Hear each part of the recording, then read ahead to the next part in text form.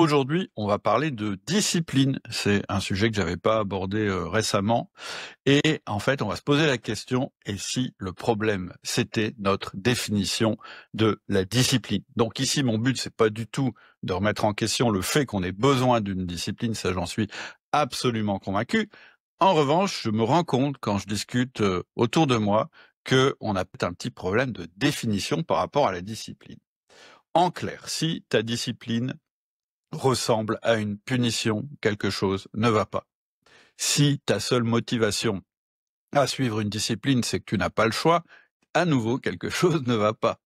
Et si tu te dis tous les jours, je me sacrifie pour un bonheur futur, à nouveau, quelque chose ne va pas. Donc, dans cet épisode très court, je te propose de révolutionner ta manière de concevoir ta discipline pour en faire un outil au service de ton plaisir, rien de moins que ça.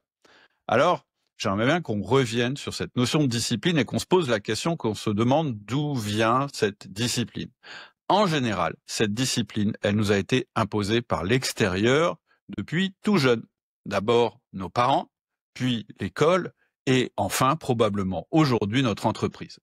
Ces autorités nous l'ont imposée pour des raisons qui ne sont pas les nôtres. Notre entreprise nous impose une discipline parce qu'elle veut que nous soyons les plus productifs possibles. L'école nous impose une discipline parce que son objectif, c'est de faire de nous des citoyens modèles, et nos parents pour être tranquilles, ou pour faire de nous un idéal projeté, ou pour faire de nous quelqu'un d'heureux plus tard selon leurs critères. Peu importe les raisons, bonnes ou mauvaises, les raisons n'étaient pas les nôtres. Très souvent, ça a donné lieu à une vision de la discipline qui est la suivante: je dois être discipliné pour être conforme à ce qu'on attend de moi. Et là, il y a un problème. Pourquoi? Parce que très souvent, et la plupart du temps, ce type de discipline va s'accompagner d'une culpabilité intense. On va se sentir coupable pour une raison ou pour une autre quand on ne parviendra pas justement à satisfaire aux attentes de cette discipline. Et le problème, c'est que cette culpabilité va être permanente. C'est-à-dire que, comme elle est une construction idéale et théorique, qui ne prend pas en compte ni le chaos qui est autour de nous, c'est-à-dire la réalité finalement, ni la nécessité d'avoir des moments de respiration, eh bien c'est ça qui va générer de la culpabilité. En gros, si on parle du chaos, de quoi on parle? Le chaos, c'est d'abord nos fluctuations internes d'énergie ou de motivation. Parce que oui, on n'a pas la même énergie, la même motivation tous les jours. Ça peut être notre manque de sommeil. Ça peut être des circonstances extérieures, la maladie de notre enfant, des bouchons sur le périphérique le matin. Bref, ça peut être aussi une nouvelle demande qui n'était pas prévue. Bref, ce chaos, il fait que même quand on réussit à respecter la discipline pendant quelques jours, il va toujours arriver un moment où la réalité va s'imposer et va venir contraindre notre discipline, c'est-à-dire faire exploser notre système disciplinaire, et ça va nous laisser aucune alternative sauf la culpabilité, le désespoir et l'impérieuse nécessité qui va s'imposer de reconstruire notre système disciplinaire au plus vite. Et ça, c'est épuisant et improductif. Ensuite, nos moments de respiration. Très clairement, se perdre sur Internet, lire un roman, regarder une série, glander, se promener, boire une bière avec des amis, sont des moments inéluctablement vécus comme des moments de temps perdus. Et pendant ces moments de temps perdus, on va toujours avoir une espèce de culpabilité de ne rien faire de productif. Et ça va gâcher notre plaisir. Donc ça, c'est le premier gâchis. Le deuxième gâchis, c'est qu'en plus, on va anticiper avec une certaine peur le retour à la discipline, puisque c'est une discipline contraignante, et donc on va toujours essayer de repousser, en ayant une énorme culpabilité, ce retour à la discipline. Bref, pour moi, ce mode de discipline imposée, c'est le moins bon mode. Alors, qu'est-ce que je vais te proposer maintenant? Ce que je vais te proposer, c'est de réaliser que tout change à partir du moment où ta définition de la discipline va évoluer. Et donc, je te propose de redéfinir ta discipline comme un cadeau que tu te fais à toi-même, comme tu le ferais à ton meilleur ami. C'est-à-dire que ce que je te propose, c'est de transformer cet outil qui t'a été imposé en un système que tu choisis et que tu construis pour te respecter toi-même. Alors, est-ce que ce système va pouvoir éviter que tu sois bousculé par la réalité? Va-t-il être vraiment infaillible au point que tu auras un contrôle permanent? Pas du tout, et absolument pas, parce que c'est pas le sujet important. Clairement, aucun système ne permet de contrôler le chaos de la réalité. D'ailleurs, si c'était le cas, ça serait très embêtant, car ton système a besoin de la réalité pour se renforcer. On appelle ça l'antifragilité. Donc, ma promesse, c'est pas du tout de te dire que tu vas avoir un système qui évite le chaos et qui promet un contrôle permanent. Non, c'est d'avoir un système qui te plaît et à l'intérieur duquel tu es heureux. Et donc un système vers lequel tu as envie de revenir. C'est-à-dire que d'un côté, tu as un système de discipline qui est quelque chose qui t'est imposé comme une contrainte, et de l'autre côté, tu as quelque chose que tu as créé et qui te fait plaisir. Et donc même quand tu ne peux plus suivre ton système, eh bien tu vas avoir du plaisir à ce que tu fais, mais aussi du plaisir à l'idée de revenir à ton système. Et cette manière de faire, ça va supprimer la culpabilité. Donc, je le disais tout à l'heure, tout va se jouer dans l'acceptation que ce chaos existe et qu'il n'y a aucune raison objective de culpabiliser quand tu dérapes. Et qu'est-ce que tu vas faire avec le bon système de discipline? Eh ben, au lieu de culpabiliser quand ton système explose ou dès que tu prends du temps libre, qu'est-ce que tu vas faire? Tu vas supprimer la culpabilité en faisant 3 choses. La première chose, c'est que tu vas volontairement mettre ton système de discipline au ralenti pour te rendre disponible et gérer l'imprévu. Tu n'auras pas de culpabilité parce que tu auras mis en veille ton système de manière volontaire parce qu'un événement extérieur t'y contraint. Et surtout, deuxième point, tu vas anticiper avec bonheur le moment où tu pourras reprendre les rituels que tu as créés dans ton système de discipline parce que ces rituels te procurent du plaisir. Et troisième point, tu vas pouvoir éventuellement, pas forcément, mais éventuellement, adapter ton système en fonction de ce que tu auras appris pendant cette interruption. Donc pour moi, ça, c'est le système idéal.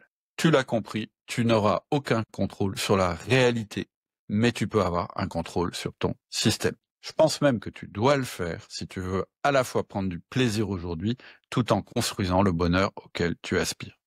Alors, ce que je te propose maintenant, et c'est la dernière partie de cet épisode, c'est de déterminer ce qu'est un bon système. Dans un premier temps, je te propose qu'on regarde ce qu'est un système classique d'organisation ou de discipline.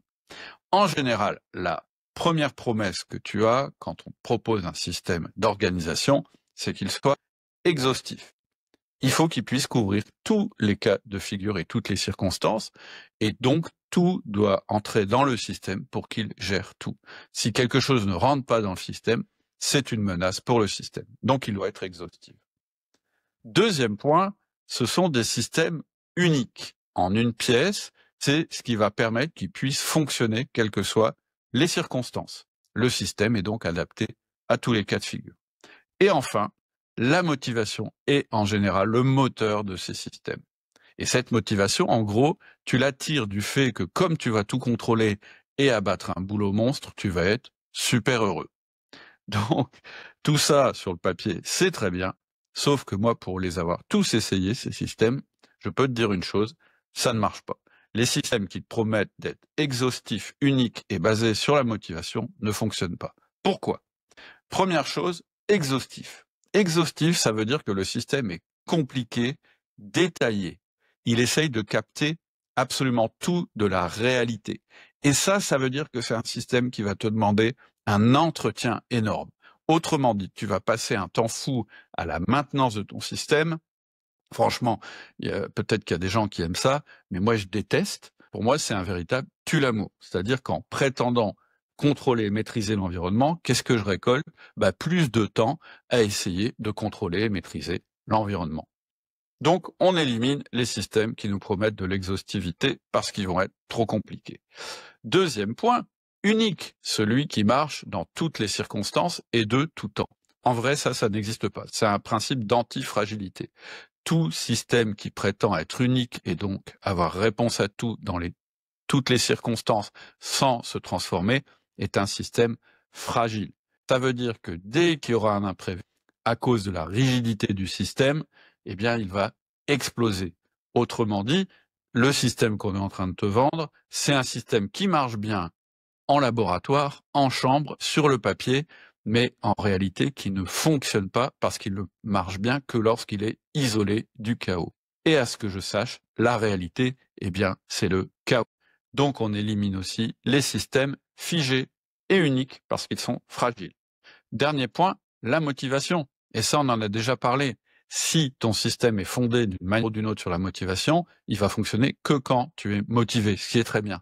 Mais en vrai, notre motivation, elle est fluctuante. On a tous des jours où on n'est pas motivé à l'idée d'avoir une journée ultra productive. C'est une question de cycle, d'hormones, de circonstances, peu importe. Ce qui va se passer, c'est passer le premier enchantement d'avoir mis en place un système d'organisation. Ton esprit va essayer de s'échapper et il va essayer de s'échapper du système parce que c'est comme ça qu'on est construit. Et donc, qu'est-ce que tu vas éprouver immédiatement puisque ton esprit te fera t'échapper d'un système que tu pensais avoir choisi? Eh bien, tu vas éprouver de la culpabilité de ne pas te tenir à ta propre discipline. Donc, on va aussi éliminer les systèmes qui sont basés sur la motivation parce qu'en réalité, ils sont surtout basés sur la culpabilité. Alors, maintenant que j'ai un peu détruit ce qui existe comme système, et tu en as probablement essayé certains, et tu as peut-être éprouvé ce que je suis en train de te dire, je vais te dire en quoi moi je crois en termes de système de discipline. La première chose, c'est que je vais toujours privilégier un truc simple, parce que c'est toujours plus facile à faire fonctionner. Je te rappelle qu'on cherche à adopter une discipline cadeau fondée sur le plaisir. Donc, mon système, pour qu'il soit fondé sur le plaisir, je veux pas qu'il régisse toute ma vie. Pourquoi? Eh ben parce que je préfère consacrer du temps à saisir des opportunités de la vie en dehors du système, plutôt qu'à faire de la maintenance en permanence. Je pense que vraiment le plaisir est là. C'est-à-dire que un système simple, il doit t'enlever la culpabilité de ne pas avoir fait ce qu'il fallait, mais surtout, il doit te donner accès à du plaisir. Deuxième caractéristique d'un bon système, c'est qu'il soit adaptable. Pourquoi je te dis ça? Parce que je t'ai dit que la première clé du succès, c'était d'accepter que le chaos n'était pas contrôlable. Donc, si mon système est fait pour être mis en veille et redémarrer quand le chaos est passé, eh bien, il prend en compte cette réalité. C'est un petit peu comme un voilier. Un voilier, il déploie ses voiles quand il n'y a pas de tempête. Quand il y a une tempête, il réduit sa voilure, il gère la tempête et il redémarrera après la tempête. Du coup, si tu as un système qui te permet de faire ça, tu auras même du plaisir à gérer le chaos et tu n'auras pas de culpabilité parce que tu sauras que ton système assure le minimum, même en mode dégradé, mais aussi que cette période de chaos va t'apprendre beaucoup de choses. Enfin, non, mon système, je ne veux pas qu'il soit dépendant de ma motivation. Et donc, qu'est-ce que je vais mettre à la place de la motivation? Je vais mettre une notion de rythme. En fait, je vais utiliser pour ça un concept que j'appelle le taux de saturation, qui est vraiment une donnée personnelle et qu'on a tous, que ce soit pour des questions internes, c'est-à-dire d'énergie ou de motivation, ou externes, c'est-à-dire de type de travail et d'environnement. Par exemple, moi, je sais que mon taux de saturation, dès qu'il dépasse 50%, eh bien, je me sens pas bien. Donc tout mon système de discipline, il est basé sur une saturation à 50%. Et je peux dire que sur le long terme, c'est-à-dire depuis des dizaines d'années, ça fait toute la différence. Je pense que j'ai réalisé bien plus de choses avec ce système qui est peu contraignant qu'avec n'importe quel autre système qui aurait été plus contraignant. Alors, pourquoi je te parle de ça? Pourquoi je t'ai parlé de ça dans cet épisode? Alors que ma spécialité, c'est le management et la conduite d'entreprise? Pour deux raisons. Parce que je suis absolument convaincu qu'en tant que chef d'entreprise ou manager, si tu veux avancer correctement et sereinement, tu dois créer ta propre discipline. Tu dois avoir ton système qui sera pour toi comme un cadeau. Mais ça s'arrête pas là. La deuxième raison, c'est que si tu veux faire avancer tes collaborateurs, si tu veux qu'ils soient productifs et que ça fonctionne bien, c'est important que tu les laisses mettre en place leur propre discipline, leur propre système. Si tu leur imposes toutes leurs tâches et tout leur système, ça ne va pas fonctionner. tes collaborateurs vont être à la fois malheureux et peu productifs.